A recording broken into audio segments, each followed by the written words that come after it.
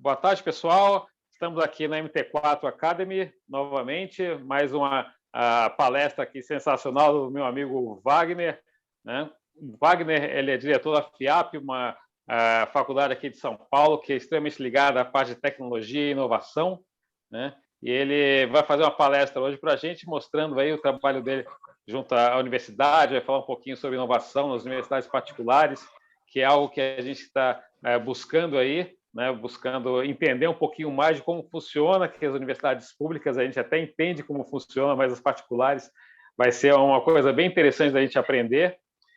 E o Wagner tem um currículo extenso aí, eu também entender um pouquinho aí do currículo, mas é currículo de 3 páginas. Então, fala sobre você um pouquinho, Wagner, e pode tocar adiante. É contigo. Maravilha, obrigado, Maurício, obrigado pela oportunidade, boa tarde a todos vocês. Vou compartilhar aqui minha tela, daqui eu já começo a tocar junto com todos aí o nosso bate-papo de hoje. Bom, como o Maurício disse aí, um pouquinho do meu currículo bem rápido. Eu sou pró-reitor acadêmico aqui da FIAP, coordenador também do MBA em Health Tech, onde a gente tem alunos médicos, enfermeiros que vêm buscar conhecimentos tecnológicos. Está sendo bem intenso transformar essa saúde aí, levar uma saúde 4.0. Meu mestrado e meu doutorado foi em engenharia biomédica, sou psicopedagogo, fiz inteligência artificial, enfim, esse é um pouquinho aí da minha formação. Agora eu fiz uma formação em liderança e inovação no MIT. Enfim, é um pouco do que eu gosto de fazer, um pouco da minha vida acadêmica, minha vida profissional. Esses são alguns livros que eu participei, ou como autor ou como coautor. Aqui é um episódio que eu contribuí na Discovery Channel falando sobre biohacking, negócio bem legal. Se quem tiver curiosidade também, dá uma procurada aí na internet, nos canais aí vocês vão achar. E esse é um livro que eu escrevi agora no final, eu e outras pessoas, agora no final do ano, falando do efeito Covid e a transformação na comunidade escolar. Falamos aí de todos os aspectos que a Covid impactou dentro das escolas. Aqui é um pouco do que eu gosto de fazer no final de semana, né? Nos esportes aí, poucos radicais, mas que nos ajudam aí a encarar o dia a dia, um salto de paraquedas, um pulinho ali de tirolesa, enfim, é um pouco do que eu gosto de fazer e acho importante aí para a gente se oxigenar, né, durante o final de semana. Bom, a ideia é convidar todos vocês para construir uma sociedade mais inteligente e justa, com a ajuda das tecnologias exponenciais. Isso é possível? Com toda certeza. Nós viemos lá da indústria 1.0, século 19, 18, máquinas a vapor, aí nós fomos para a indústria 2.0, Primeira Guerra Mundial, eletricidade, 3.0, automação, computação, ali no início, e hoje a gente está numa indústria ali de sistemas cyberfísicos, inteligência internet das coisas, automação, inteligência artificial. E eu sempre pergunto aos meus alunos e meus professores se nós estamos prontos para construir essa sociedade 5.0, essa sociedade mais justa, baseada na inovação, essa sociedade onde a velocidade é a moeda corrente dos negócios, essa sociedade e esse mundo corporativo que Data Science, IoT, impressão 3D, GAD, Design Thinking, nanotecnologia, todas essas palavras estão aí se fundindo, essas tecnologias, né? E criando e destravando outras tecnologias. É uma evolução exponencial, pessoal, da tecnologia, ocasionando mudanças profundas no mercado de trabalho, economia, formato das empresas, enfim. Já estamos tendo ganhadores e perdedores. A pandemia acelerou tudo isso, né? E nós vimos que as empresas que não estavam, pelo menos ali, iniciando o seu trajeto para o mundo digital, elas sofreram demais. Enquanto que as empresas, já com o DNA digital, elas cresceram, né? Isso foi nítido quando a pandemia chegou. Acredito muito que próximo ano, todos vacinados, mas muito do que nós experimentamos na pandemia, quando eu falo de soluções digitais, nós vamos continuar mantendo. Daí a importância, né, de a gente, então, pensar, ter um mindset digital. Olha só essa cena, é da Paralimpíada aqui no Brasil, já faz algum tempo, mas olha que interessante esse braço robótico interagindo com a dançarina. É quando seres humanos e máquinas formam um... O Fórum Mundial Econômico prevê a disrupção de diversos empregos, ocupações, obviamente devido à redundância, automação e à desintermediação. Mas essa perda será compensada, com certeza, com a criação de novas ocupações. Ocupações essas alinhadas com as novas tecnologias, com essas tecnologias que ainda vão ser destravadas.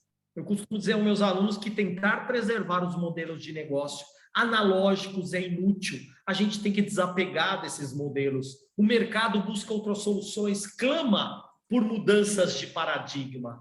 E, pessoal, em um mundo que se transforma cada vez mais rápido, o pensamento linear não é mais suficiente. Tecnologia, inovação, ciência e humanidade são os grandes vetores para transformar esse amanhã. E quando a gente fala de uma sociedade mais inteligente, de uma sociedade mais eficiente, de um mundo melhor, a gente não pode esquecer do nosso planeta. On planet, on home, um planeta, uma casa. Não temos plano B. E nunca foi tão claro como é preciso mudar completamente a direção que nós estamos indo. Imediatamente. Reinventar a indústria. Por que não? Mudar o mindset completamente. Tem um instituto em Berlim, que é um instituto de pesquisas climáticas, que ele demonstra em tempo real no site dele o tempo que nós temos e o quanto nós temos de orçamento de gás carbônico para que a gente consiga evitar, nesse cenário aí que vocês estão vendo, de 24 anos, o aquecimento em 2 graus, que já é um grande impacto para a nossa Terra. E se a gente for para a meta mais audaciosa, que é evitar o aumento de 1,5 grau, nós só temos 6 anos para mudar esse trajeto, esse caminho, esse processo que nós estamos, como seres humanos, implementando a nossa casa. E nós precisamos recriar a indústria sim, mudando totalmente o conceito. Olha a linha de produção do século XVIII e a linha de produção de uma indústria 4.0. Basicamente, nós substituímos seres humanos por braços robóticos. O que eu estou dizendo é que nós precisamos reinventar, recriar, ressignificar, mudar totalmente aquilo que nós conhecemos como indústria, como empresas, como o dia a dia. A reinvenção da indústria passa por uma mudança profunda em nosso mindset. Mas a gente tem essa oportunidade. A tecnologia e a inovação, elas podem nos ajudar, sim, a solucionar esses grandes problemas ambientais. E para ilustrar isso, a forma com que nós devemos começar a pensar em nossos negócios, produtos e serviços, eu trago essa frase de um escritor americano que ele disse que uma boa ficção científica não é aquela capaz de enxergar um automóvel, mas sim o engarrafamento. Nós precisamos enxergar os engarrafamentos lá na frente. A escola deve orientar os seus alunos a ter essa visão de enxergar o amanhã. E nós podemos sim dar um restart. E sentimos na pele que os tempos de crise aceleram as mudanças que já estavam em curso e que tinham alguma resistência. Telemedicina, aulas remotas, palestras como essas, workshops, de uma forma geral. Antes nós tínhamos até um certo preconceito em relação a isso. E nós vimos que funciona. E nesse tempo de pandemia, nós não ficamos parados, não. Nós aprendemos muito. Aprendemos que menos é mais, que o simples é melhor que o complexo, muitas vezes. E aprendemos que tecnologia, inovação, ciência e humanidade podem nos ajudar muito. E aprendemos que é possível reinventar uma sociedade, pensar numa Smart Society, uma sociedade construída com base nas fusões das tecnologias exponenciais, visando privilegiar principalmente a essência humana. Essa sociedade que vem lá do Japão, de 2016, quando eles criaram o Plano Diretor de Ciência e Tecnologia, ela é baseada em 3 pilares. O primeiro é a qualidade de vida. Uma Smart Society busca oferecer uma vida mais confortável para todos nós. Por que nós temos que sofrer no nosso dia a dia? O trabalho braçal está praticamente desaparecendo graças às tecnologias, que vão automatizar e vão deixar mais tempo para que a gente faça aquilo que a gente gosta. Outro grande pilar é a inclusão. A Smart Society deve permitir que todos tenham acesso igual aos benefícios da tecnologia. E o terceiro, a sustentabilidade. A gente vem ao longo dos anos com uma competição sem escrúpulos entre as empresas que resultou em várias inovações, mas feriram o nosso planeta. Antes, os alunos vinham para mim, a gente tem uma grande competição de startup todo ano, onde o ganhador vai para a Babson College. Então, nós não temos mais TCC há mais de 10 anos. E os alunos vinham e falavam, Wagner, será que essa startup aqui vai funcionar? Será que ela vai dar dinheiro? Hoje, eu pergunto para eles, essa startup, ela vai fazer bem para o planeta? Ela vai fazer bem para a sociedade?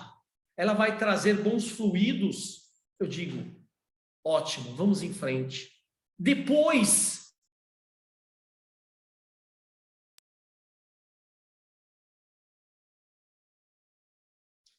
é inevitável não pensarmos em uma sociedade inteligente. A tecnologia aliada à vida pode encurtar caminhos, promover as transformações digitais dentro das empresas de forma mais ágil, eficiente e com menos atrito. A tecnologia é um shortcut para melhorar a vida das pessoas e impulsionar as disrupções. E nós estamos vivendo nesse momento que eu chamo de cognificação. Nós estamos dando inteligência às coisas. Kevin Kelly diz que a cognificação é muito semelhante à eletrificação da segunda revolução industrial. Nós tínhamos um ferro que funcionava a carvão e nós demos um poder artificial para ele que foi a energia elétrica. E ele ficou muito mais eficiente. O mesmo aconteceu com a energia, com a locomoção. Hoje, nós estamos dando um poder artificial que é a inteligência artificial. Nós estamos deixando as coisas mais eficientes para nos ajudar no nosso dia a dia. É igual quando eu ligo um carro, eu estou dando um poder artificial para que eu possa me locomover mais rapidamente.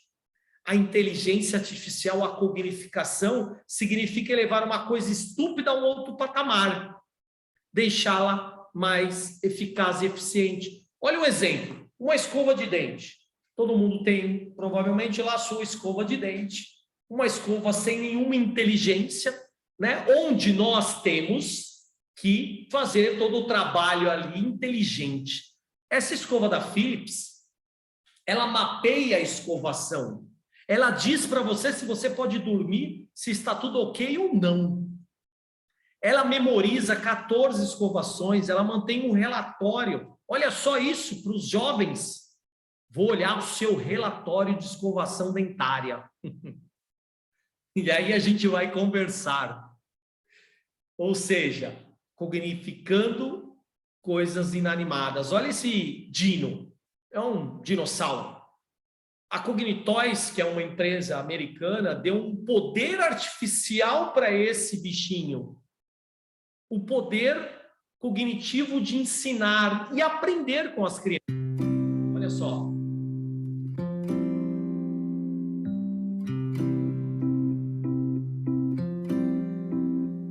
Hi, my name is Lily. Hi, Lily. Nice to meet you. How far is the moon? The moon is about 250,000 miles That's from a Earth's lot. average. What is 2 plus 2? 4. Awesome job, Grayson. What is the speed of light? The speed of light is 186,000.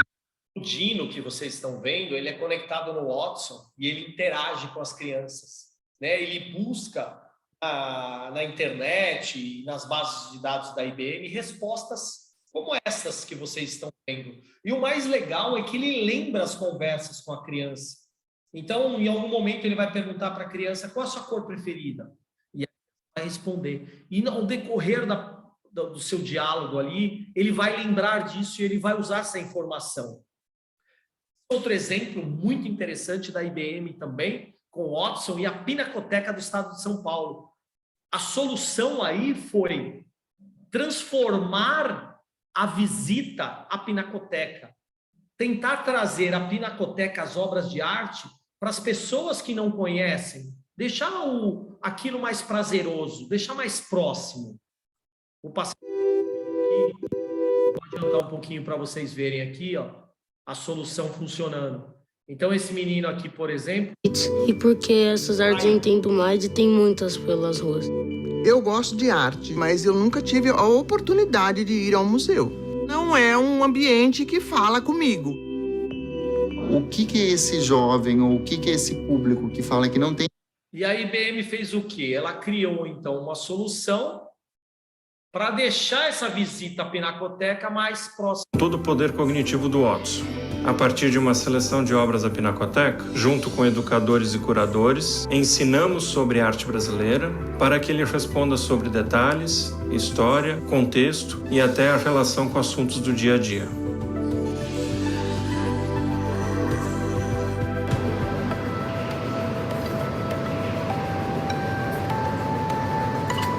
Qual o contexto histórico dessa obra? Quantas bananeiras tem no Bananal?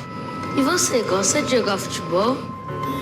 Em 1934, o futebol já era um enorme sucesso no Brasil, mas trabalhando duro na lavoura. O mestiço provavelmente não tinha tempo para jogar. Por que é um amor impossível? O que são as duas figuras no quadro? Qual estilo de pintura foi usada nessa obra? Enfim, a experiência foi cognificada, foi dada uma inteligência, um poder artificial a essa solução. E essa solução, obviamente, ela teve que ser ensinada. Por quem? Por pessoas detentores de conhecimento em relação à arte. Então, foi feito um trabalho bastante grande ali junto aos especialistas da Pinacoteca para que eles pudessem ensinar a inteligência artificial para que ela pudesse, então, interagir com as pessoas. Outro exemplo, o Watson é usado para criar um trailer desse filme que se chama Morgan. Olha o trailer do filme.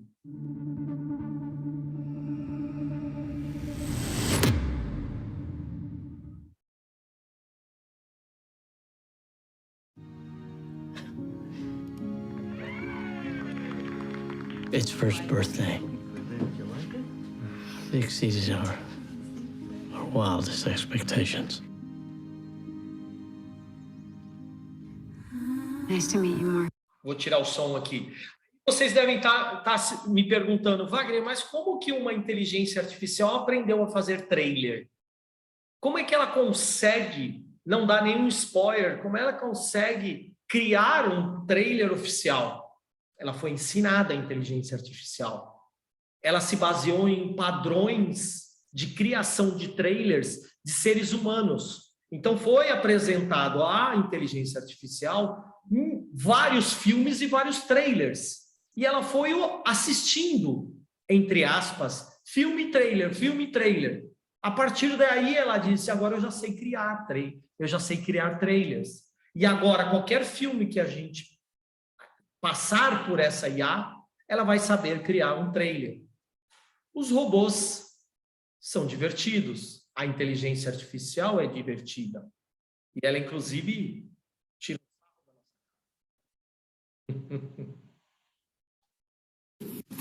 Aqui, o robozinho, obviamente, com machine learning, com inteligência artificial, com aprendizado de máquina, aprendendo a andar, mesmo ali com as dificuldades impostas pelo ser humano.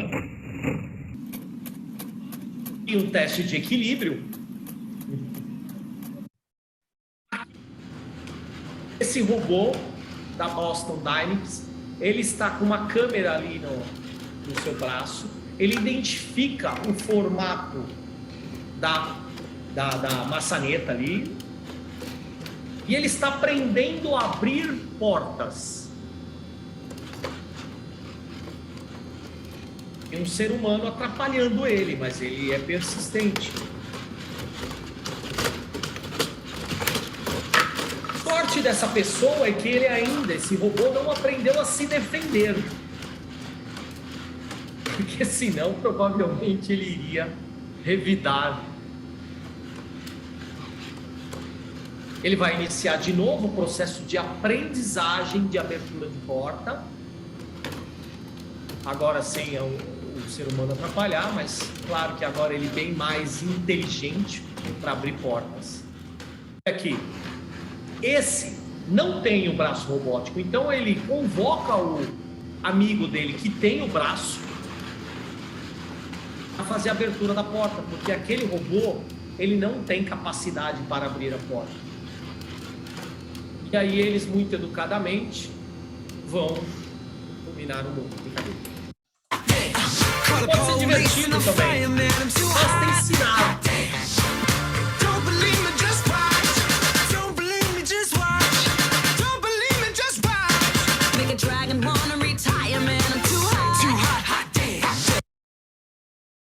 E o Pebolim está com sensores conectados ao Watson. Aqui é um trabalho nosso aqui da faculdade com a IBM, onde o Watson faz o papel de comentarista do jogo que está acontecendo. É tipo assim, tira o Casagrande e bota aí o Watson para comentar os jogos. Tem uma reportagem na qual eu participei que fala desse instituto e a preocupação que o mundo tem que ter quando estamos ensinando máquinas. Ensinar um robozinho a dançar, puxa, que legal. Mas a partir do momento que a gente começa a ensinar chatbots que interagem com milhões de pessoas, ou próprio robôs, a preocupação é que qualidade de ensinamento eu estou dando para esses robôs.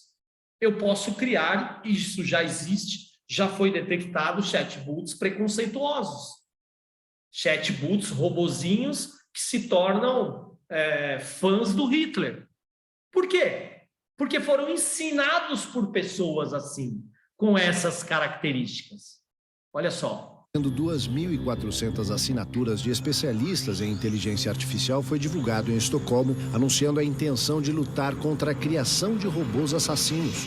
O movimento, organizado pelo The Future Life Institute, pede aos governos dos Estados Unidos e de outros países da Europa e Ásia que adotem leis para impedir o desenvolvimento desse tipo de tecnologia. Além dos cientistas, 150 empresas norte-americanas e europeias apoiaram a iniciativa.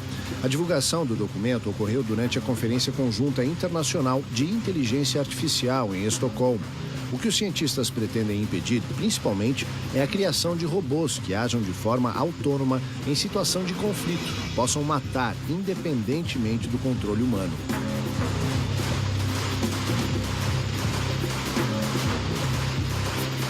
Por trás desses dispositivos estão pessoas, e a gente não consegue controlar as pessoas. As pessoas podem usar isso para o lado ruim e não para o bem. Então, a partir do momento que isso é programado a um robô, que o robô ou a inteligência artificial executa algo que uma pessoa ruim programou, a gente não tem controle. Esses dias mesmo tiveram que desligar lá um robozinho porque ele aprendeu a ser preconceituoso. Por que o chatbot, o robozinho, aprendeu a ser preconceituoso? Porque ele foi ensinado por uma pessoa preconceituosa. Isso é um simples exemplo de como a tecnologia, principalmente a inteligência artificial, com o machine learning, pode ser usado para o lado ruim. Então, se nós temos pessoas más, nós podemos ter máquinas más, porque essas máquinas são programadas por pessoas, principalmente com o machine learning, com o aprendizado de máquina. O aprendizado de máquina hoje ele é muito semelhante ao aprendizado humano. Uma criança nasce, ela não sabe escrever, ela não sabe andar, ela não sabe falar. Quem ensina?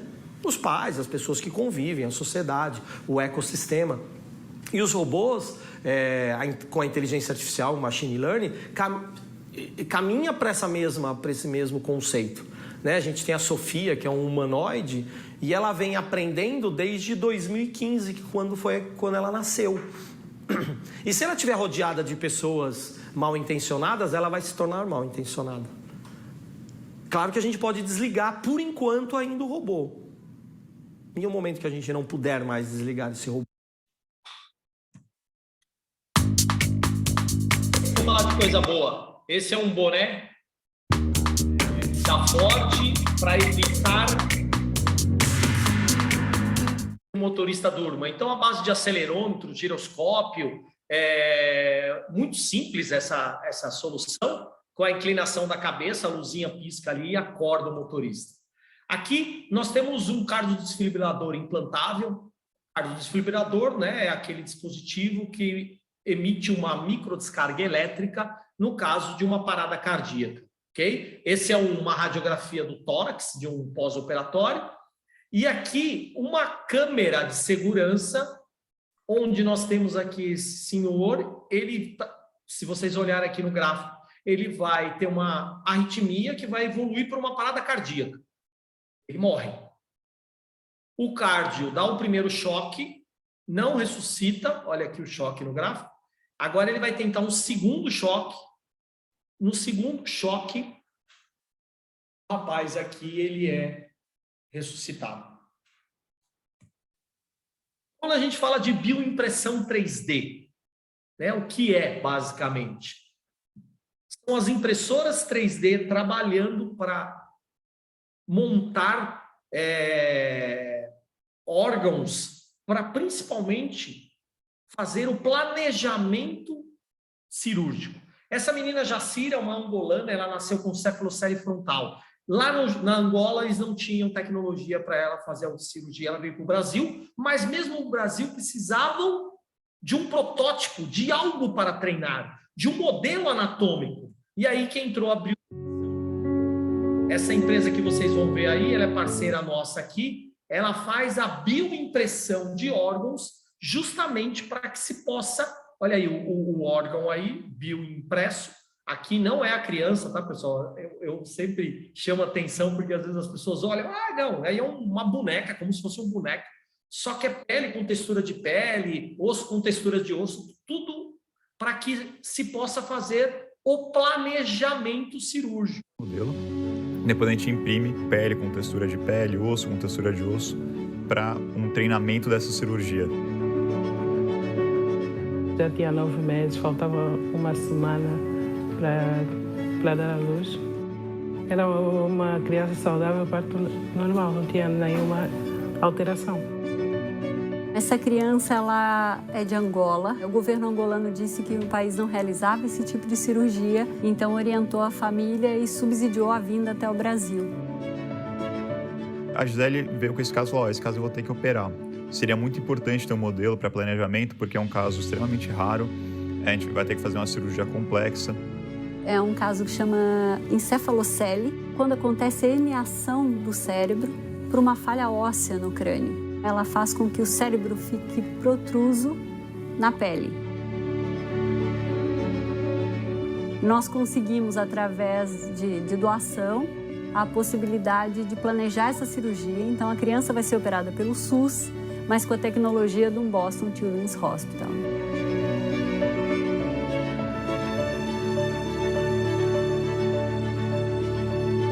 Ter um biomodelo e poder treinar aquele determinado procedimento naquele paciente vai fazer com que o procedimento seja muito mais seguro, o tempo cirúrgico diminui, o custo da cirurgia diminui, porque você utiliza um menor tempo de sala cirúrgica, você tem um menor desperdício de materiais cirúrgicos, porque já está tudo programado para aquele paciente.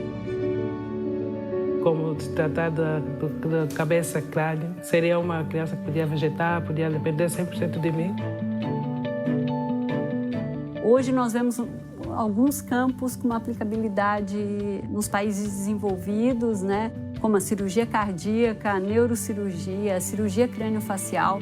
Mas eu acredito que o futuro consiga expandir para todas as especialidades. com benefícios sem dúvidas para o paciente. Uau! É a potência da tecnologia. E hoje, então, já é possível aqui no Maker mesmo da FIAP a gente imprimir, por exemplo, esse dispositivo aqui que substitui o gesso. Olha só, isso é uma uva, pessoal. O médico aqui está suturando com o Da Vinci uma uva, um gomo de uva. Olha só, tem tremor? Não, é o médico junto com a tecnologia com superpoder. Eliminou todo e qualquer tremor do médico. É a não substituindo o médico, a tecnologia aí dando um superpoder aos profissionais. Olha a Claire. Claire queria apenas reconquistar a mobilidade perdida no acidente em 2006. Com a prótese computadorizada, ela repete praticamente todos os movimentos de uma perna normal. Ela tem uma memória interna e você personaliza a prótese de acordo com o paciente. Personalizar a prótese, memória interna, isso é machine learning e aprendizado de máquina. Quanto mais ela usa a perna, melhor a perna fica para ela. Olha o Sérgio. O Sérgio também precisou de próteses depois de um choque elétrico em 1990. Em 30 anos, ele experimentou as mudanças nessa área. A mão mecânica tem habilidades que a versão humana não é capaz de fazer. Quando eu faço isso para as crianças, é algo fantástico. O brilho no olho deles. O Sérgio ganhou superpoder. Aqui é um amputado que está com esse dispositivo aqui que se chama Myo. Capta contrações musculares e pulsos elétricos cerebrais e é mandado para esse braço robótico, né? Então, olha só como a tecnologia encurta caminho. Né? Dessa amputada nesse braço, nessa mãozinha aqui, impressa na impressora 3D. Nós fizemos isso aqui na FIAP, imprimimos esse braço robótico na impressora 3D, colocamos lá motor de passo, linha de nylon, uma solução muito simples e executamos o projeto.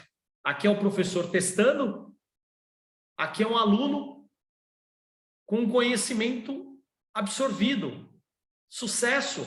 Tem um delay, obviamente, aí nos comandos, mas é o mais importante aí adquirido. Aqui, esse senhor ele tem mal de Parkinson, eletrodos dentro do cérebro, conectado a esse dispositivo. Quando esse dispositivo é acionado, uma microdescarga elétrica é inserida dentro do cérebro dele. E aquilo que era um desarranjo cerebral ali, que era como se fosse um curto-circuito dentro dos seus neurônios, passa a ser uma harmonia cerebral. Ele começa a conseguir controlar novamente os seus braços e suas mãos. Implante coclear é um outro dispositivo tecnológico que eu gosto de trazer como exemplo, apesar dele já ter um tempo aí, né, no mercado. Mas o que ele faz simplesmente, pessoal? Ele transforma ondas sonoras em pulsos elétricos. Esses pulsos elétricos são enviados aqui para a cocleia. Daí para frente o nosso cérebro faz.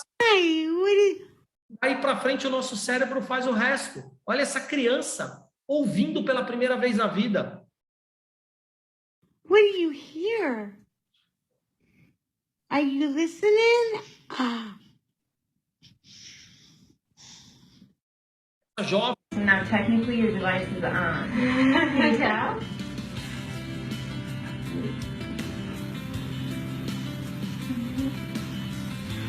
You said you hear it. Hey, I sound. You're hearing yourself better. Okay, you can run. It's okay.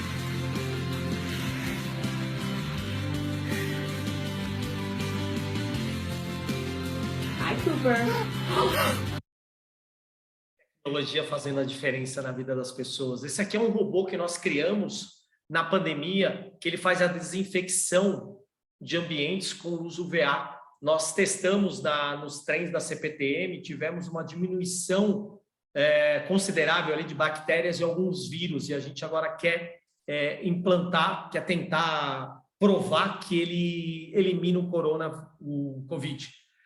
E é um dispositivo também feito na pandemia, ele faz a interpretação facial, pelo menos esse é um projeto que vai fazer logo em breve. Pode ser um grande companheiro aí de pessoas para sair da solidão. Aqui é um outro dispositivo que eu venho pesquisando há algum tempo, é o NeuroSky. É um mini eletrocefalograma, ele capta o estado de atenção das pessoas e ele custa aí, ó, $99 na Amazon. E com ele eu consigo, então, captar o estado de atenção, formato de ondas cerebrais, quando os 86 bilhões de neurônios combinam, a grande maioria combina, vamos nos concentrar, é emitido para fora do crânio um formato de onda cerebral, com um tipo de uma senoide. Aí eu consigo identificar isso e transformar isso em um comando. Então eu identifico ondas beta, alfa, teta, delta. Gostaram da ideia? E o que eles fizeram? Eles botaram uma orelhinha e quando a moça aí está interessada, animada, a orelhinha levanta. Quando ela relaxa, ela dispersa, a orelhinha baixa. Olha só. Vou botar aqui o japonês aqui que vocês vão...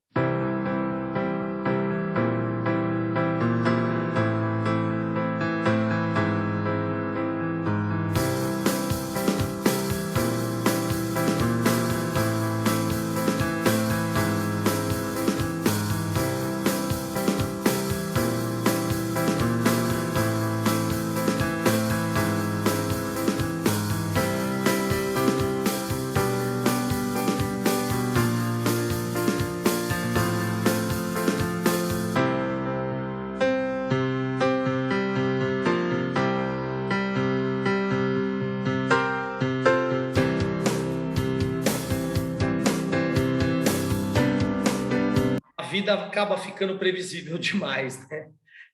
Eu levei alguns... É o professor Wagner. Nesse conceito... Na verdade, você prestando atenção em mim... Fátima, lá na Globo, aqui nesse caso, a moça tinha que se concentrar, ela é uma atriz, ela tinha que se concentrar. Quanto mais concentração, mais lâmpadas se acendem. É uma forma, por exemplo, de eu identificar que uma criança com transtorno de déficit de atenção e hiperatividade está evoluindo em seu tratamento. Essa pessoa está conseguindo se controlar, né? Isso, como eu disse para vocês, é via Bluetooth. Então, eu leio ali o estado de atenção dela e mando... Aqui antes do programa, quando o professor chegou. Aqui é uma cadeira de rodas, com o mesmo momento, conceito. Então... Levei um tempinho. Quanto mais ele se concentra, mais a cadeira de rodas anda. Noite, às vezes a gente está skate. quase dormindo para uma grande ideia. Faz sentido. Opa, Caio. Sonho faz isso também. A escola deve ensinar para o bem-estar da humanidade. O Adaptive Learning, o Agile Learning, um aprendizado baseado em causa, um aprendizado baseado no mundo real, um aprendizado para fazer, um aprendizado que leva à reflexão, com certeza faz muito mais diferença na vida desses jovens. Eu convido os meus alunos não para aprender cálculo numérico ou lógica de programação ou álgebra linear. Eu convido os meus alunos para criar uma solução, para ajudar o mundo, para resolver um problema real. Por isso que eu acredito tanto no Challenge-Based Learning. Todos os anos nós temos mais de 40 empresas que trazem problemas reais para os nossos alunos resolverem. Mesmo na pandemia, eu estou rodando esses problemas. Final do ano, nós juntamos todas as soluções, todas as empresas, todos os alunos, com uma demonstração de tudo que tudo foi criado. Todos esses desafios têm um nome, têm um logo, têm uma camiseta. Então, com a Beneficência Portuguesa, com o hospital, olha a Health Tech, com a Tecista IoT Challenge, com a PSA, que é a Citroën, e a Peugeot, é um challenge baseado em experiência do usuário, e assim por diante. Então, IBM, Microsoft, Votorantim, Kimberly-Clark, Embraer, Grupo Libra, Oracle, e aí vai. Essas são algumas das empresas que estão com a gente nesses desafios. Com a Florida Polytechnic, que é uma faculdade ali no sul dos Estados Unidos, na Flórida, obviamente, pelo próprio nome, é uma faculdade de engenharia, nós, junto com eles, o desafio foi o seguinte, tirei o som. O desafio foi criar carros autônomos. Então, os nossos alunos, com os alunos deles, obviamente, aí por teleconferência, né, por conversas virtuais, começaram a desenvolver os seus Jeeps. Esses daqui são os nossos. Nós levamos os jipes dos nossos alunos, então, para essa competição, onde ganha o jipe que menor infração de trânsito comete. E aí é o que eu digo a vocês, os alunos não foram convidados a aprenderem computação digital, outras tantas disciplinas, eles foram convidados a desenvolver um jipe autônomo. E o resultado final é isso que vocês estão vendo. Essa é a alegria que eu quero. Isso é que faz diferença. Porque cada vez menos os ativos físicos serão os responsáveis por alimentar o fluxo de resultados de uma organização. Com o Ministério Público, a parceria foi criar bots cognitivos para que os promotores de justiça não tivessem que entrar manualmente nos bancos de dados para extrair informações. E os alunos conseguiram. Foram vários bots criados e o campeão está sendo usado lá pelo Ministério Público para dar agilidade na busca de informações. E o Bechara, que é o que vocês estão vendo aí, que é o promotor-chefe, ele ficou tão encantado que levou 2 grupos de alunos para dentro do Ministério Público para utilizar as soluções desses meninos. E, de novo, o que esses meninos fizeram? Eles estão ajudando a justiça brasileira. A tecnologia deve ser um meio para um mundo melhor. Aqui, no hospital, aqui, o Euclides Zerbini, aqui no os alunos criaram robôs para a ala pediátrica. Nós chamamos os doutores da alegria para fazer entrega desses robôs para o hospital. A gente sabe que criança feliz é uma criança que se recupera mais rapidamente. Então, os alunos criaram esses robôs e doaram para o hospital. A escola deve contribuir para realizar os sonhos dos seus alunos. E, pessoal, nós não temos um futuro, nós temos vários, que a gente pode construir juntos, junto com os alunos, com a sociedade, e é, sim, possível fazer isso. Eu quero mostrar para vocês agora no finalzinho aqui o grande festival que nós fazemos no final do ano, juntando empresas, alunos, familiares. Obviamente não fizemos, né, nos 2 últimos, quer dizer, no último. Agora esse ano também a gente não vai fazer, mas 2021 a gente quer fazer o Next dos Nexts. Next é o nome desse festival, olha só.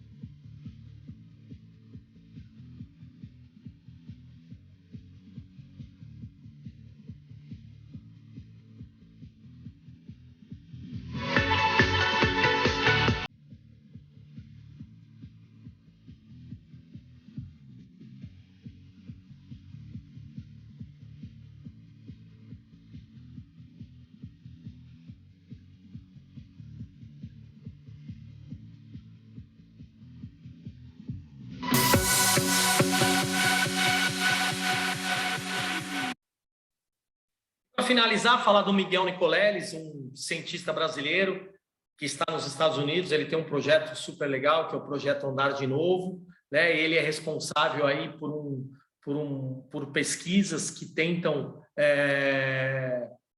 que tentam ajudar pessoas que tenham a medula espinhal de alguma forma rompida. Então, vocês estão vendo aí no filminho, né? A medula espinhal é a continuação do cérebro. A medula espinhal é que leva o pulso elétrico do cérebro para os nossos membros.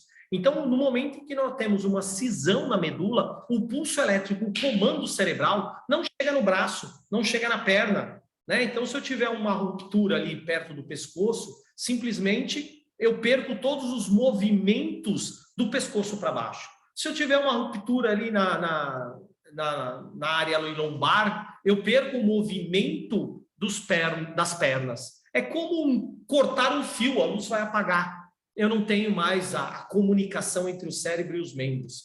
E o que ele fez? A pesquisa dele gira em torno disso. Então, aqui, no chute inicial da Copa do Mundo, esse paraplégico pôde dar um chute porque ele estava com o exoesqueleto, que justamente faz essa substituição, né? Ela faz como um jumper, né? Não usa o caminho da medula. Aqui é um laboratório dele nos Estados Unidos com todos os seus funcionários e olha só quanta bandeirinha brasileira aqui. Isso dá orgulho demais. Se eu tivesse presencialmente aí com vocês, eu ia mostrar como é possível hackear pulsos nervosos que vêm do cérebro. Normalmente eu pego um voluntário, eu chamo um voluntário, coloco aqui no nervo ulnar desse voluntário eletrodos, 2 adesivos aqui, né? Aqueles, não corto ninguém não, mas eu boto ali 2 adesivos. Esse nervo ulnar é o mais próximo da pele, ele é o que alimenta aqui o dedo mínimo e anelar, por isso que quando a gente bate, o cotovelo dá um choque, na verdade a gente interrompe ali a conexão do nervo ulnar, né? Então eu coloco ali 2 eletrodos e conecto no computador e mostro que é possível ler os pulsos nervosos. E aí, eu podia botar isso depois disso, que eu vou mostrar aqui, 2 garotos de Paraisópolis, antes da pandemia, eu dei uma oficina para eles lá, o pessoal super gente boa, carente pra caramba, mas com muita vontade de aprender. Eu dei ali um workshop de IoT. Então, eu tenho 2 eletrodos aqui no braço do menino de camiseta preta, eu leio o comando cerebral que ele vai dar para o dedo dele, mínimo e anelar, hackeio, jogo aqui para essa outra placa e insiro o pulso no braço do menino de branco. Ou seja, o menino de camiseta preta vai controlar o menino de camiseta branca. Olha só. Controlar o cara lá do outro lado do mundo. Joguei aqui nessa outra plaquinha, amplifico um pouco, jogo esse sinal em cima da pele do organtininho. Não estou cortando ninguém. Agora, peraí, cara, relaxa. Agora o Cassiano vai dar aquele Spider-Man que você nunca deu na vida, sabe? Organtininho, fica tranquilo.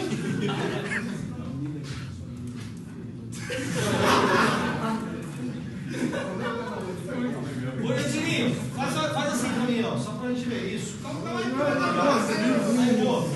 galera, você de novo. Pera, não liguei ainda, cara. Você tá muito animado nesse negócio. Vai lá.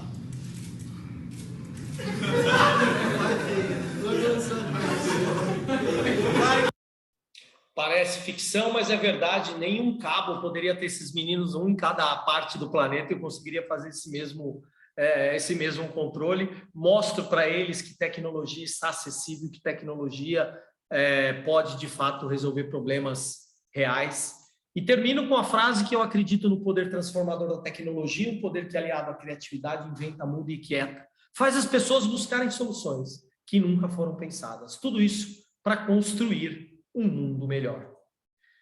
Muito bem, espero que estejam todos aí com as orelhinhas para cima. Deixa eu ver. Ah, boa, estão com as orelhinhas para cima. Estou vendo aqui no chat aqui, a matéria de capa eu assisti, que legal.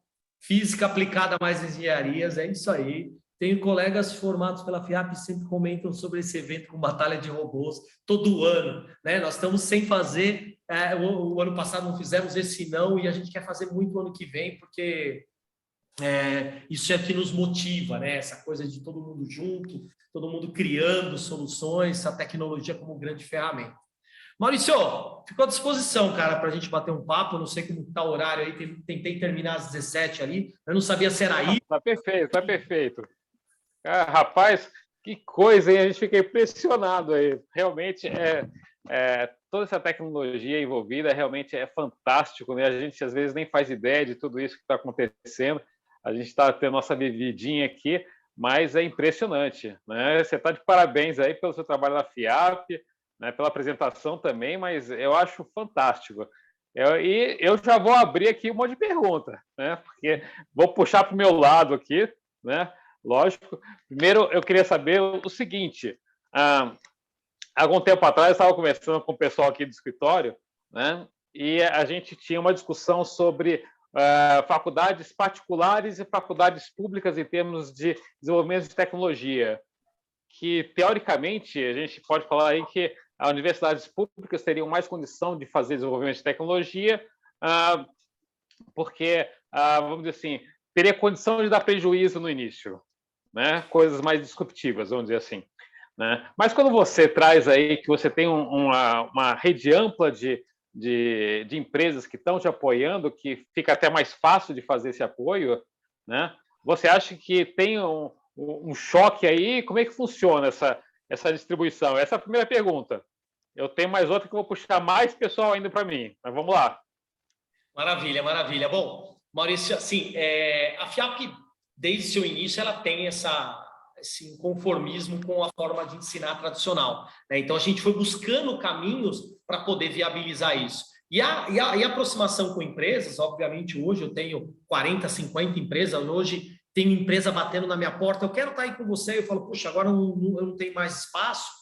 Isso não foi fácil. Lá no início, começamos com 1, 2 empresas ali e as coisas eram muito difíceis, mas a gente acreditava nisso, né? Então, como você falou, hoje a gente consegue, a gente tem recursos para fazer isso que eu acabei de mostrar aí para vocês.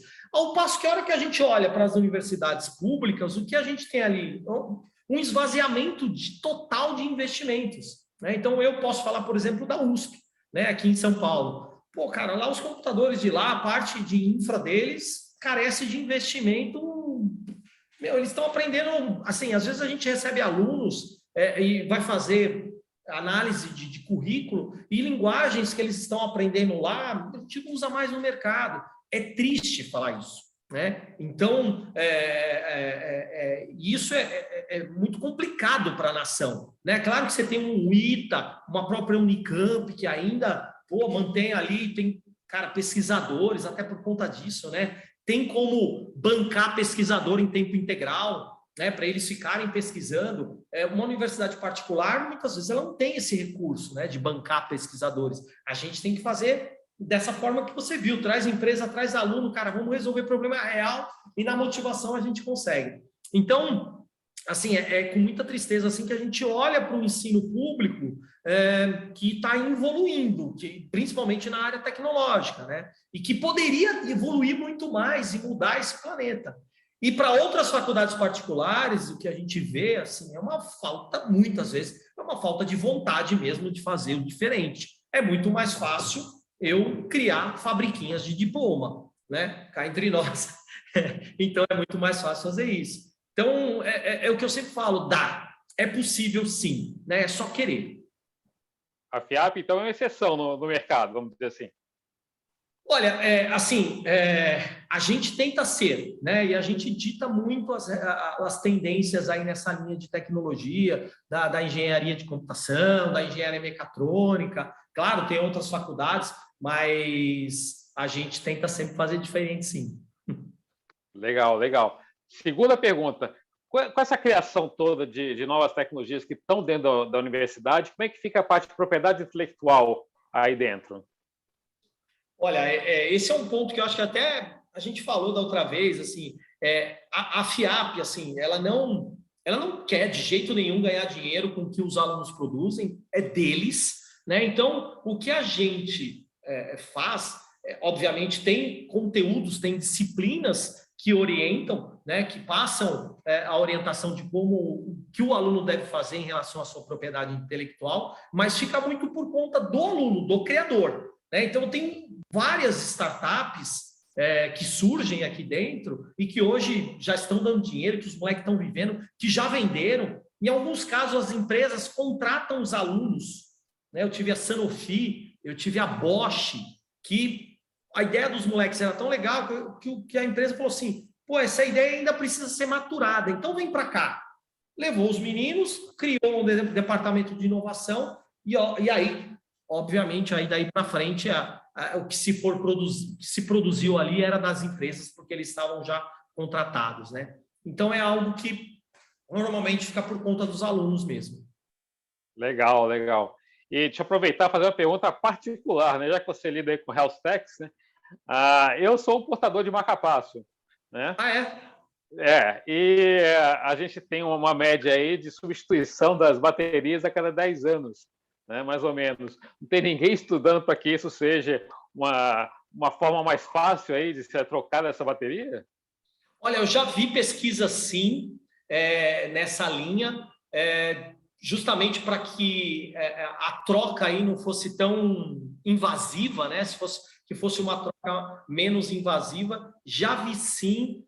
Eu vou resgatar alguma coisa e depois eu te mando, cara, porque eu acho que tem algumas coisas já caminhando muito bem aí nesse sentido. Se bem que bateria, né, sempre foi a gente sabe, né, o próprio celular, notebook, elétrico, sempre foi uma grande dor, né, das soluções tecnológicas. Mas as coisas estão evoluindo. Bacana, bacana. E deixa eu abrir para os outros fazerem pergunta aqui também, porque tem até uma física aí formada na Unicamp, quem sabe ela queira fazer uma pergunta, tem a Camila também envolvida em inovação. Então, legal. Fica aí para quem quiser fazer pergunta. Maravilha. Emília, acho que levantou um primeiro. Assim, eu queria primeiro fazer um comentário que eu acho que, em relação à universidade pública, acho que a união da universidade pública com a parceria de empresas privadas ainda é um tabu. Eu acho que isso é uma grande dificuldade e o que impede de surgir tantas oportunidades de inovação e, provavelmente, claro, de investimento na universidade pública. Esse é meu comentário. Agora, o que eu acho complicado no assunto que foi relatado hoje é que deve existir uma linha tênue, né? Assim, entre a substituição do humano e com a parceria, né, da tecnologia. Então, assim, eu queria entender mais um pouco como é que se faz essa diferença, né? Porque se vê muito como uma substituição da mão de obra, do intelecto humano para colocar numa máquina, né? E, na verdade, o que você trouxe para a gente era exatamente essa parceria. Só que eu acho que isso fica numa linha tênue, né? Não sei. Não, certeza, Emília. Primeiro, ótimo seus comentários. A questão da universidade pública realmente com as empresas é um tabu, você disse tudo, né? Eu tenho muito contato com a IBM aqui na Tutóia, a gente sempre está fazendo projeto e quando a gente conversa sobre isso, eles falam, puxa, a gente não consegue entrar nas públicas. Né? Enquanto que lá, aqui na FIAP e em outras, as coisas caminham muito rápido, assina um contrato de parceria, a gente está olhando para o resultado final, para o aluno ali, né? E na pública não anda, infelizmente.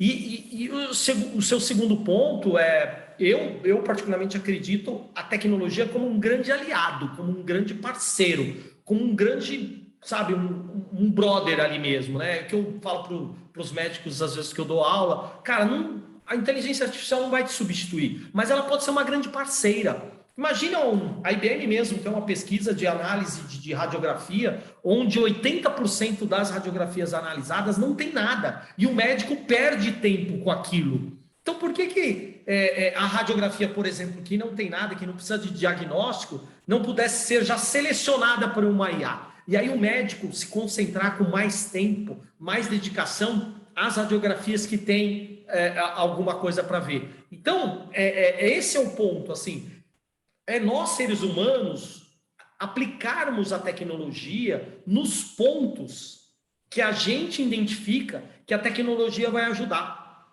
e que vai fazer o trabalho, em algumas vezes, melhor do que a gente. Né? Quando a gente fala de data mine, de big data, de data science, não tem como a gente analisar bilhões de terabytes, né? Então, vamos deixar isso para a tecnologia. Ela faz toda essa análise, me passa aqui e eu tomo a decisão, seja para aplicar em mercado de capitais, seja para decidir por uma cirurgia ou não, seja para, enfim, a estrutura do prédio, e aí vai, em todas as áreas. Então, a tecnologia como um grande aliado. E nós que temos que fazer isso, né? Tirar da gente um pouco desse trabalho mais braçal, repetitivo, E aí a gente fica com mais tempo para a parte, e aí é o que você falou, do intelecto, né? Daquilo que, de fato, o computador não consegue fazer. Então, não é substituição, não. É parceria mesmo, ferramenta. Mas eu acho que hoje em dia, ainda, muita gente enxerga como uma substituição, né? E aí precisa divulgar de uma forma, dessa forma, para que a gente enxergue bem melhor, né? Emília, eu falo para o pessoal, não trabalhe como um robô, porque senão você vai ser substituído por um. Verdade. É um pouco disso também, né? De você também ter essa consciência de qual é a minha função aqui na empresa, na organização, na escola. Tem que ser uma função de ser humano. Né? E acho que esse é um ponto também, mas estou super de acordo com você, Emília, e aí entra também um outro ponto, assim, que, felizmente, de novo, né? A gente olha para o Brasil, assim, a gente tem lá quantos milhões de desempregados? Acho que 14, né? 14 milhões de desempregados, e eu tenho empresas aqui pedindo, pelo amor de Deus, para eu arrumar programador para elas. E eu não tenho programador, quer dizer, eu tenho, mas estão todos empregados. Então, assim, olha só que paradigma, né? Então, assim, se a gente tivesse, né, um investimento na formação dessas pessoas, desses 14 milhões, para todas as áreas, esses 14 milhões tinham como se recolocar, tinha como impulsionar essa economia que precisa de mão de obra. Eu tenho aluno que, agora na pandemia, os caras estão ganhando $5 mil trabalhando aqui no Brasil para empresas americanas e programando, de $5 mil a $9 mil. E aí vem tô cheio de amigo aqui que está com startup, ele fala assim, pô, Wagner, eu sou seu amigo, me arruma um programador. Eu falo, cara, olha só, meus programadores onde estão programando para os americanos, estão programando para os portugueses. Por quê? Porque eles estão ganhando em euro, estão ganhando em dólar. E aí o menino faz o quê? Da casa dele ele fica programando lá e mandando os códigos. E aí quando bate uma empresa que oferece, sei lá, $5 mil, ele fala, não, eu estou ganhando $5 mil. Então, olha só, infelizmente, esse é o nosso país. Então, mas a gente não pode desistir. Verdade. Aproveitando o gancho da Emília, você falou uma parte na palestra que me chamou a atenção. A gente não tem TCC. E isso tem muito a ver com a questão de quebrar paradigmas de educação tradicional, que a gente está vendo que não está acompanhando a sociedade hoje, a complexidade e a rapidez da tecnologia. O que você vê para alguns anos, a educação no Brasil, o que pode melhorar e o que está tendendo a dar um boom daqui a algum tempo em nível de educação, forma de aprendizado, enfim. Vou fazer um paralelo até para talvez encurtar caminho. Nós tínhamos os bancos, né? Instituições financeiras, a gente tinha que ir na fila ali, a gente tinha um monte de coisa que a gente não curtia de banco, mas só tinha aquele modelo. E aí vieram os bancos digitais, vieram as fintechs. E o que a gente fez? Putz, meu banco está aqui, que negócio de pegar fila, talão de cheque, enfim, meu banco veio para cá. E nós adoramos esse negócio. E aí, o que os bancos tradicionais tiveram que fazer? Se reinventar. Né? Então, o Itaú, o Bradesco, pô, cara, o Nubank está aí e tantos outros. Na educação, o processo está muito semelhante. E a gente já vem acompanhando isso. Né? Então, por que a educação não pode ser prazerosa? Por que eu tenho que aprender de um jeito chato? Não, eu quero aprender. Ontem mesmo eu dei uma entrevista para a TV Cultura, onde eu falei da gamificação, da introdução da tecnologia, de uma educação digital e não analógica para uma geração digital. Então, é inconcebível que você tire o aluno, a criança, de todas as conexões que ela tem, celular, videogame, da casa dela, bota numa sala de aula e diz, olha aqui para mim, para o quadro negro, que eu tenho um conhecimento. Imagina, acabou. Né? Então, a escola precisa entender essa transformação. Professores e alunos é um time só, não é um contra o outro. Né? Você falou do TCC. O TCC era uma brincadeira de gato e rato para ver se tinha plágio. Né? Então, o aluno fazia lá, o professor, pô, será que tem plágio esse negócio? Não resolvia problema nenhum, o TCC ia para a biblioteca, depois nunca ninguém mais via aquilo. Pô, por que não pode ser uma solução de um problema real, aplicando tudo aquilo que ele aprendeu no curso dele? E que, por que não, virasse uma startup. Então, é essa mudança de mindset, é essa forma de transformar digitalmente a forma de ensinar que a gente precisa implementar. Né? Então, por exemplo, nós temos 2 colégios aqui, no qual também eu sou diretor. Os nossos colégios aqui, eles têm uma pegada super maker, uma pegada de projetos reais. Então, o aluno, em um momento lá, ele desenvolve, estou pegando aqui um projeto, vai 3º ano do Fundamental 1, ele desenvolve uma horta inteligente, uma horta que avisa quando falta água. Para ele criar aquela horta, todos os professores entraram com os conteúdos. Ciência, o professor de química, o professor de matemática, até para calcular, enfim, e fez sentido para o aluno, ele curtiu, ele aprendeu. Então, o futuro é incerto. Né? Então, não dá para dizer, olha, eu vou... Né? Brincadeira, quando eu era criança, eu falava, eu quero ser bombeiro. Tudo bem que a profissão de bombeiro existe até hoje, mas muitas vão desaparecer daqui a alguns anos, né? E outras vão surgir. Então, a formação para os jovens, né? Agora estou pensando mais nas crianças aí, é para um futuro incerto. Mas a gente precisa desenvolver todas as habilidades para que ele, pensamento computacional, resolução de problemas complexos, a parte de liderança, socialização, enfim, tudo isso, para que ele seja feliz lá na frente. Porque lá ele vai escolher a profissão dele. Né? Agora, escolher agora pode não existir mais lá. Então, voltando aí à sua questão, como as empresas estão passando por uma transformação digital e precisam, como os bancos, as escolas também. E aí entra muito na questão de como ensinar. Obviamente, professor, coordenação, direção. Eu viajo o Brasil inteiro, às vezes, dando capacitações nesse sentido para as escolas e faculdades. E eu sei o quanto é difícil para aquele professor que dá aula há 30 anos do mesmo jeito, mudar o jeito de ensinar. Eu falo, professor, o conteúdo é o mesmo. Vamos pegar lá, integral. O conceito é o mesmo. A integral vem ao longo dos anos. Cara, mas será que não dá para você ensinar diferente? De um jeito que o aluno vai curtir? Pode ser um aplicativo, não sei, cara. Você é o cara que conhece de integral. Ensina, vamos ter um formato que o aluno goste. E vai fazer muito mais sentido para ele. Então, é tudo isso, assim, daria horas de... Não, é porque eu lembrei, porque está tendo uma discussão que algumas empresas não estão, por exemplo, pedindo para ter graduação, você fazer vários cursos naquela área e uma autoaprendizagem, né? Outro dia eu vi uma escola, que é agora tida como uma startup, que tem uma plataforma de streaming de pré-vestibular, e você paga uma assinatura e você assiste a aula que você quiser, uma coisa muito mais autônoma. Então, assim,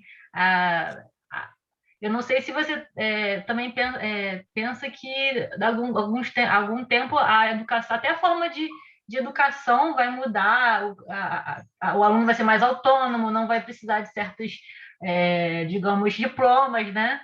Digamos assim, o mercado também vai ditar isso. Não sei o que o mercado... Porque, assim, o TI é uma coisa muito específica, né? Não sei as outras áreas mais complexas, assim, é diferente, né? Da forma de aprendizagem. Camila, quando eu vou nos congressos, onde eu só tenho escolas, educadores, pedagogos, etc., e aí eu jogo justamente o que você falou, né? Dessas edtechs, que agora, como tem fintech, tem as edtechs. Aí eles falam, não, eu sou psicopedagogo também, então, né, eu tenho um doutorado, então eu posso... Aí eles falam assim, não, a escola tem seu valor, não pode acontecer isso, a faculdade... Aí eu olho para eles e falo assim, pô, eu concordo com vocês, cara, mas vamos provar que a escola tem o seu valor? Vamos formar alunos na faculdade que o mercado de trabalho absorva? Porque tá cheio de engenheiro aí que não consegue emprego, advogado e etc. Então, a gente está com essa baita oportunidade de mostrar para o mundo, para o Brasil inteiro, que a escola tem a sua importância. Só que a gente tem que fazer diferente. Aí eu boto eles para pensar e etc. Então, é uma mudança que tem que acontecer. Alba? Oi. Oi. É o seguinte, eu queria fazer um comentário em relação às coisas que foram faladas, um pouco muito da minha experiência, principalmente, por exemplo, o que a Emília falou em relação que as universidades públicas ter uma certa dificuldade para conseguir essa interação com as empresas, isso é verdade, tá? Por quê? Porque existe dentro de muitas cabeças na universidade pública aquela história que eu sou o gênio, eu vou criar, aonde que está a minha liberdade de criação, tá? Eu participei do grupo da Física Aplicada, e a gente tinha, assim, digamos, era um preconceito, alguma coisa, o pessoal das outras áreas, que não era Física Aplicada, a gente fazia pesquisa dirigida, eu participei do grupo de optoeletrônicos, que iniciou com toda a parte de fibra ótica, né, a telefonia ótica no Brasil, toda a parte de telecomunicações nesse sentido, junto com o pessoal do CPQD, né, a antiga Telebrás, tudo. E a gente tinha um rótulo de como vocês fazem pesquisa dirigida, vocês não têm liberdade de criação. Então, era assim, a turma da Física Aplicada que fazia as coisas dirigidas por empresas que utilizavam para fazer alguma coisa, era aquele pessoal que não prestava muito, que não tinha aquele negócio que ficava lá viajando na maionese. Então, realmente, existe esse conceito, esse tipo de visão de vários pesquisadores dentro da universidade pública, que é uma barreira para a entrada das empresas, realmente. Então, eu senti isso na pele, tanto que a maioria dos meus colegas não estão mais na universidade, não viraram pesquisadores, criaram empresas, vários foram para o CPQD, eu estou na área de patentes, então essa turma toda que a gente tinha trabalhando com isso, realmente não tem a cabeça de, eu sou o gênio que vou criar uma teoria, né? Então, realmente, isso existe, é difícil colocar, né? Uma das coisas que a gente tem, por exemplo, uma coisa que eu tive uma experiência muito boa em questão de aprendizado, que foi isso, foi antes de começar a ter as matérias teóricas específicas de física, entrar no laboratório.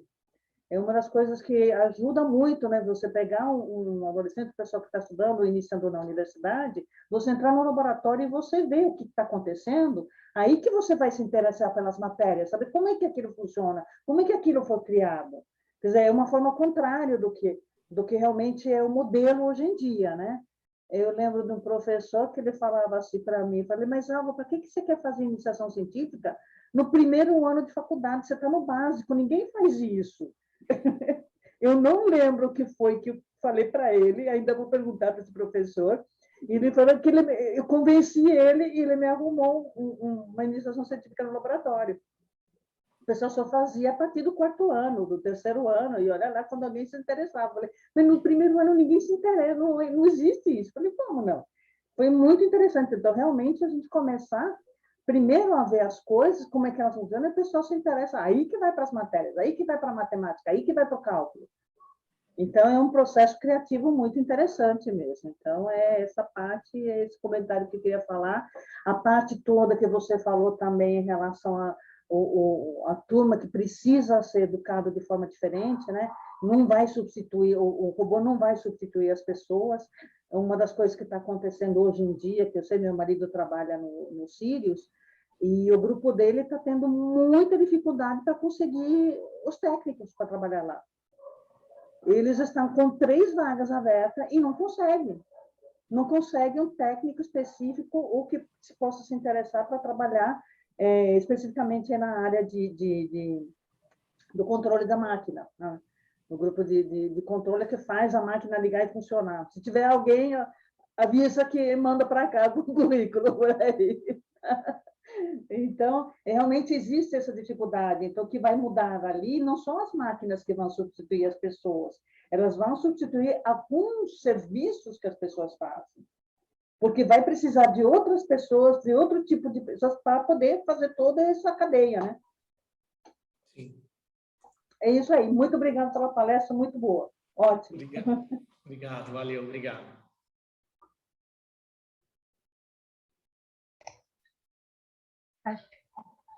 Acho que a gente está já finalizando. Alguém tem mais alguma pergunta? Não, só quero fazer mais um comentário.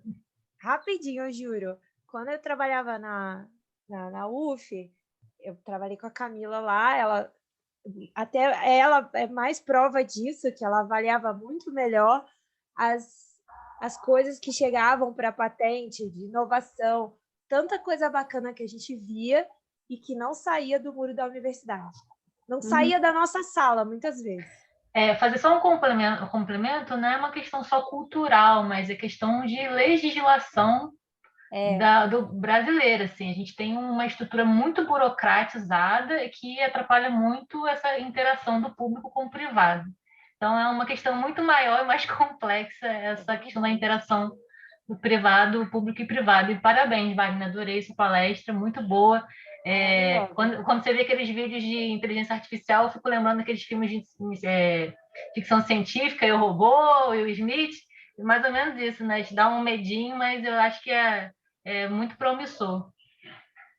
Maravilha, maravilha. Isso aí, eu acho que é inevitável, né? A tecnologia, ela está aí, ela vem evoluindo, se transformando, e eu acho que pensar que a gente pode ficar em uma bolha e não quero saber disso, não vai me afetar, é utopia, né? Então, eu acho que é melhor a gente se informar, né? Aprender, trazer ela como grande parceiro, diferencial, não substituir a gente, mas a gente dominar, porque a partir do momento que a gente tem o conhecimento, a gente a domina, né? Se a gente não tem conhecimento, ela pode, em algum momento, não que ela vai dominar, o robozinho vai vir, né? Mas a gente fica à mercê das soluções tecnológicas, e aí aquilo parece que nos domina, né?